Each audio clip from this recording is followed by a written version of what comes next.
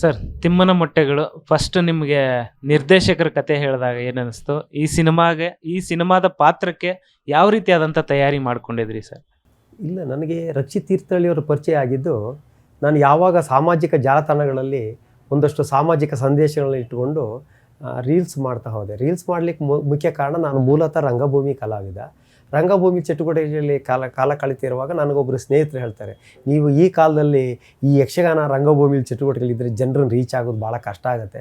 ನೀವು ಯಾಕೆ ಸಾಮಾಜಿಕ ಜಾಲತಾಣಗಳಲ್ಲಿ ಸಾಮಾಜಿಕ ಸಂದೇಶ ಇಟ್ಕೊಂಡು ಹಾಸ್ಯ ತುಣುಕುಗಳನ್ನು ವೀಡಿಯೋ ಮುಖಾಂತರ ಮಾಡಿದ್ರೆ ನಿಮಗೆಲ್ಲೋ ಫಾಲೋವರ್ಸು, ನಿಮಗೊಂದಷ್ಟು ಜನ, ನಿಮ್ಮ ಹಿತೈಷಿಗಳು ನಿಮಗೆ ಸಿಗ್ತಾರೆ ಅಂತ ಒಂದು ಅಭಿಪ್ರಾಯಪಟ್ಟರು ಒಬ್ಬರು ಸ್ನೇಹಿತರು. ಆ ನಿಟ್ಟಿನಲ್ಲಿ ನಾನೇನು ಮಾಡಿದೆ, ಈಗ ಒಂದು 16 ವರ್ಷಗಳಿಂದ ಒಂದಷ್ಟು ರೀಲ್ಸ್ಗಳನ್ನು ಮಾಡ್ತಾ ಬಂದೆ. ಆ ರೀಲ್ಸ್ಗಳನ್ನು ಒಮ್ಮೆ ಯಾವುದೋ ಅವರಿಗೆ ಒಂದು ಕುಡುಕನ ಪಾತ್ರ ಮಾಡಿದ್ದ ರೀಲ್ಸನ್ನು ರಕ್ಷಿತ್ ತೀರ್ಥಹಳ್ಳಿಯವ್ರು ನೋಡ್ತಾರೆ. ಅವ್ರು ನೋಡಿಬಿಟ್ಟು ಮೊಟ್ಟ ಮೊದಲಿಗೆ ಅವರು ಎಂಥ ಕತೆ ಮಾರಾಯ ಅಂತ ಒಂದು ಸಿನಿಮಾ ಆಲ್ರೆಡಿ ರಿಲೀಸ್ ಆಗಿದೆ OTTಯಲ್ಲಿ. ಶರಾವತಿ ನದಿಗೆ ಸಂಬಂಧಪಟ್ಟಂಥ ಒಂದು ಕತೆ, ಭಾಳ ಅದ್ಭುತವಾದ ಸಿನಿಮಾ. ಆ ಎಂಥ ಕತೆ ಮಾರಾಯ ಸಿನಿಮಾದಲ್ಲಿ ನನಗೊಂದು ಕುಡುಕನ ಪಾತ್ರ ಕೊಟ್ಟಿದ್ರು. ಅದನ್ನು ಪಾತ್ರವನ್ನು ನಿರ್ವಹಿಸಿದ್ದೆ. ಅದ ನಂತರದಲ್ಲಿ ಈ ತಿಮ್ಮನ ಮೊಟ್ಟೆ ಸಿನಿಮಾನ ಅವರು ಕೈಗೆತ್ತಿಕೊಂಡಾಗ ಅದು ಮಲೆನಾಡು ಭಾಷೆ, ಅವರಿಗೆ ಆ ಸಿನಿಮಾದಲ್ಲಿ ಭಾಷೆಯನ್ನು ಬಳಸ್ಕೊಡ್ಬೇಕೆಂಬ ಒಂದು ಕುತೂಹಲ. ಅಂದರೆ ಮಲೆನಾಡು ಚಿತ್ರಣ ಆದ್ದರಿಂದ ಸಂಸ್ಕೃತಿ, ಸಂಪ್ರದಾಯ, ನಂಬಿಕೆ ಇವೆಲ್ಲವೂ ಈ ಚಿತ್ರದಲ್ಲಿ ಬರೋದ್ರಿಂದ ಮಲೆನಾಡು ಭಾಷೆನೂ ಬಂದರೆ ಚೆನ್ನಾಗಿರುತ್ತೆ ಅಂತ ಒಂದು ಆಯ್ಕೆ ಮಾಡಿಕೊಂಡು ಅವರು ಭಾಷೆಗೆ ಪ್ರಾಮುಖ್ಯತೆ ನೀಡ್ತಾರೆ. ನಾನು ಹೆಚ್ಚಾಗಿ ರೀಲ್ಸ್ಗಳನ್ನು ಮಲೆನಾಡು ಭಾಷೆಯಲ್ಲೇ ಮಾಡೋದ್ರಿಂದ ಅದು ನನ್ನನ್ನು ಆಯ್ಕೆ ಮಾಡಿಕೊಡ್ತಾರೆ. ಹಾಗಾಗಿ ನನ್ನನ್ನು ಮೊಟ್ಟ ಮೊದಲು, ನಾನು ಈಗಾಗಲೇ ಒಂದು 6-7 ಸಿನಿಮಾದಲ್ಲಿ ಮಾಡಿದ್ದೀನಿ. ಆದರೆ ಒಬ್ಬ ಪ್ರಧಾನ ಪಾತ್ರ, ಒಬ್ಬ ನಾಯಕ ನಟನಾಗಿ ಈ ಸಿನಿಮಾದಲ್ಲಿ ನನಗೆ ಅವಕಾಶ ಮಾಡಿಕೊಟ್ಟಿದ್ದಕ್ಕೆ ಚಿತ್ರತಂಡ ಮತ್ತು ನಿರ್ದೇಶಕಿ ಮೊಟ್ಟ ಮೊದಲಿಗೆ ನಾನು ಅವರಿಗೆ ಅನಂತ ಕೃತಜ್ಞತೆಗಳನ್ನು ಹೇಳ್ತೀನಿ. ಹಾಗೆಯೇ ಜೊತೆಗೆ ಆ ಆಡು ಭಾಷೆಯಲ್ಲಿ ಬಳಸ್ಕೊಂಡು ಈ ಸಿನಿಮಾದ ಎಲ್ಲ ಕಥೆಗಳು ನನಗೆ ಹೇಳ್ತಾರೆ, ಈ ರೀತಿ ನಡೀತದೆ, ಇದ್ರ ಬಗ್ಗೆ ನೀವು ಪಾತ್ರ ಮಾಡಬೇಕಂದಾಗ ನನಗೆ ಖುಷಿ ಆಯಿತು. ಒಂದು ಪ್ರಧಾನ ಪಾತ್ರ ಅಂದಾಗ ನಾನು ಸಂಪೂರ್ಣವಾಗಿ ಒಪ್ಪಿಕೊಂಡೆ.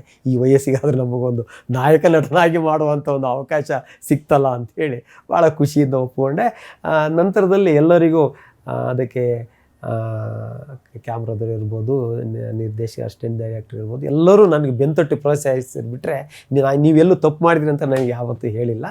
ಕಂಟಿನ್ಯೂ ಆಗಿ ಒಂದು ಶೂಟಿಂಗ್ನಲ್ಲಿ ನನಗೆ ಒಳ್ಳೆ ರೀತಿ ಪ್ರೋತ್ಸಾಹ ನೀಡಿದ್ರು. ಹಾಗಾಗಿ ನನಗೂ ಖುಷಿಯಿಂದ ನಾನು ಅದು ಅಭಿನಯ ಮಾಡಿದ್ದೇನೆ.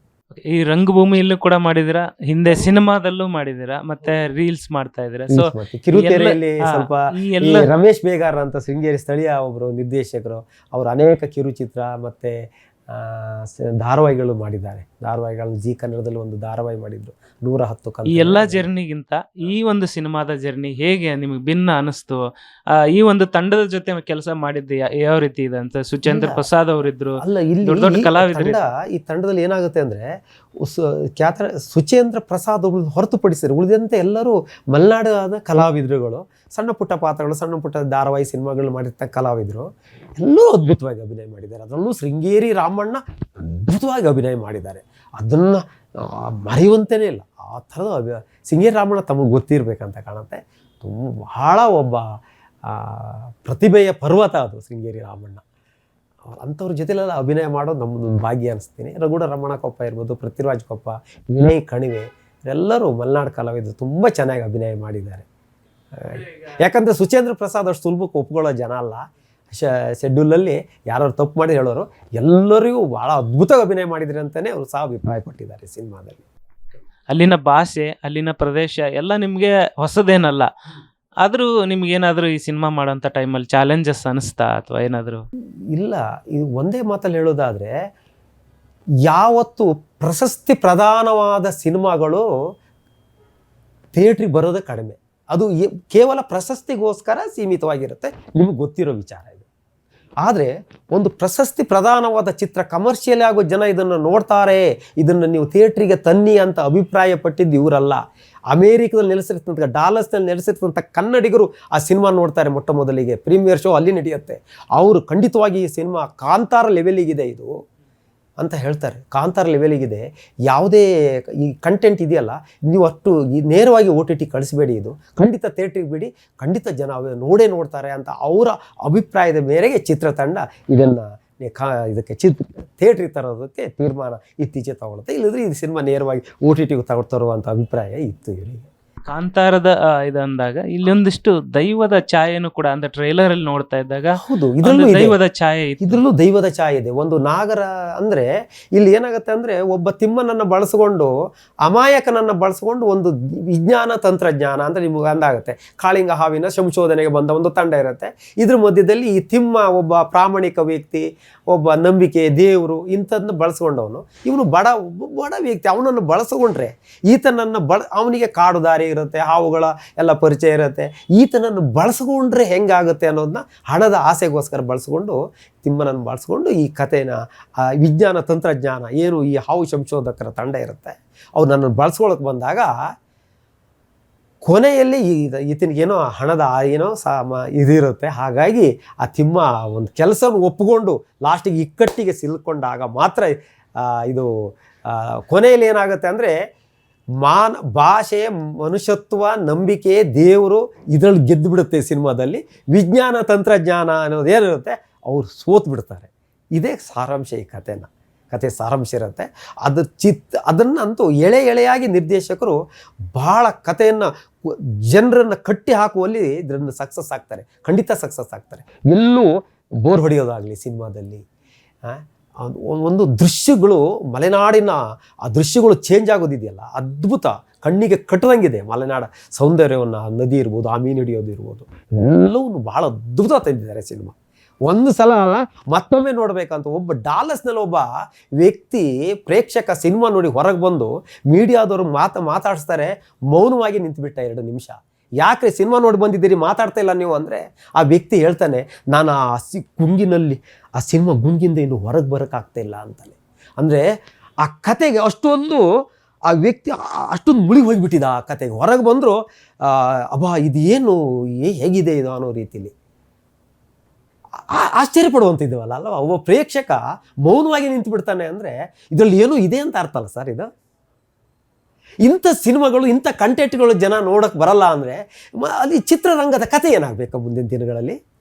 ಹಾಗಾದರೆ ಏನು ಯಾವುದೋ ಅರೆ ಬರೆ ಬಟ್ಟೆ ಹಾಕ್ಕೊಂಡು ಮಾಡಿದ ಸಿನಿಮಾಗಳೇ ಇವತ್ತು ಜನ ನೋಡೋಕ್ಕೆ ಹೋಗ್ತಾರೆ ಅಂದಮೇಲೆ ಇಂಥ ಒಂದು ಪ್ರತಿಷ್ಠಿತ, ಒಂದು ಗೌರವಾನ್ವಿತ ಒಂದು ಚಿತ್ರಣ ಮಾಡೋದು ಜನರಿಗೆ ರೀಚ್ ಆಗುವ ದೃಷ್ಟಿಯಲ್ಲಿ ಮಾಡಿದಾಗ ಜನ ನೋಡಲ್ಲ ಅಂದರೆ ಏನೂ ಮಾಡೋಕ್ಕಾಗಲ್ಲ. ಇದಕ್ಕೆ ಅವಕಾಶಗಳಿದೆ. ಇಲ್ಲಿ ನೋಡ್ತಿದ್ರೆ ಇಲ್ಲಿ OTTಲಿ ಬರುತ್ತೆ, ಎಲ್ಲೋ ನೋಡ್ತಾರೆ ಜನ.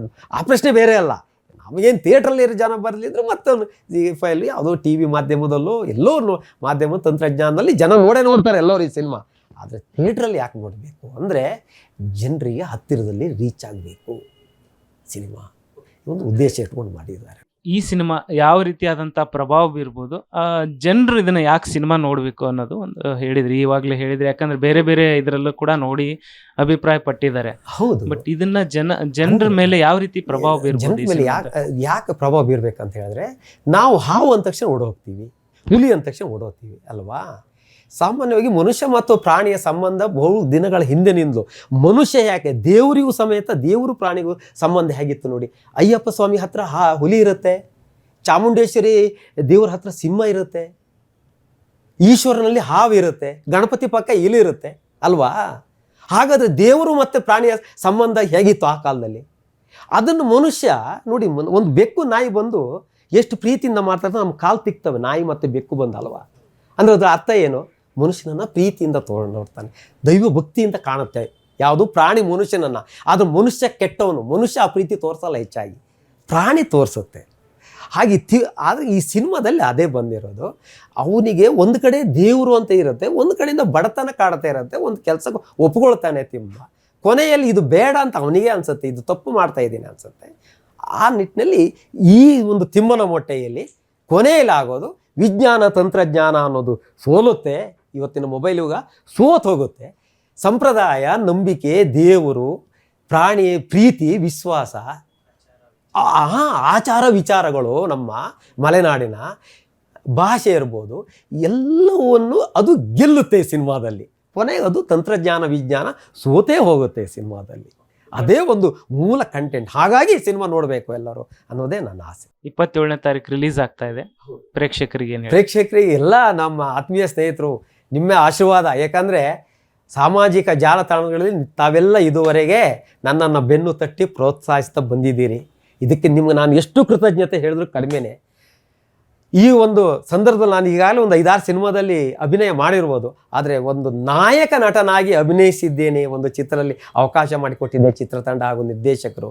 ಈ ಸಿನಿಮಾ ನೀವೆಲ್ಲ ನನಗೋಸ್ಕರ ಆದರೂ, ನೀವು ನಮ್ಮ ಚಿತ್ರತಂಡದ ಸದಸ್ಯರಿಗೋಸ್ಕರನಾದರೂ ನೀವು ಈ ಸಿನಿಮಾವನ್ನು ಬಂದು 27ನೇ ತಾರೀಕಿನ ದಿನ ನೀವು ಮಲೆನಾಡಿರೋ ಬೆಂಗಳೂರಿನಲ್ಲಿ ಎಷ್ಟೋ ಜನ ಬಹಳ ಮಂದಿ ಇದ್ದೀರಿ, ನೀವೆಲ್ಲ ಬಂದು ಒಂದು ದಿನ ಬಿಡುವು ಮಾಡಿಕೊಂಡು 27ನೇ ತಾರೀಕು ಬಂದು ನೋಡಿದರೆ ಅದು ನಮಗೆ ನಾವು ಮಾಡಿದ ಕೆಲಸಕ್ಕೆ ಶ್ರಮಕ್ಕೆ ಒಂದು ಸಾರ್ಥಕ ಸಿಗುತ್ತೆ, ನಮ್ಮ ಬೆನ್ನು ತಟ್ಟಿ ಪ್ರೋತ್ಸಾಹಿಸಿದ ಒಂದು ಕೀರ್ತಿ ನಿಮ್ಮದಾಗಿರುತ್ತೆ ಅಂತ ಹೇಳ್ತಾ, ನೀವೆಲ್ಲ 27ನೇ ತಾರೀಕು ತಿಮ್ಮನ ಮೊಟ್ಟೆ ಸಿನಿಮಾ ನೋಡಿ ನಮ್ಮನ್ನು ಗೆಲ್ಲಿಸ್ಬೇಕು ಅಂತ ಭಾಳ ಕಳಕಳಿಯಿಂದ ಕೇಳ್ಕೊಳ್ತೀನಿ. ನಮಸ್ಕಾರ.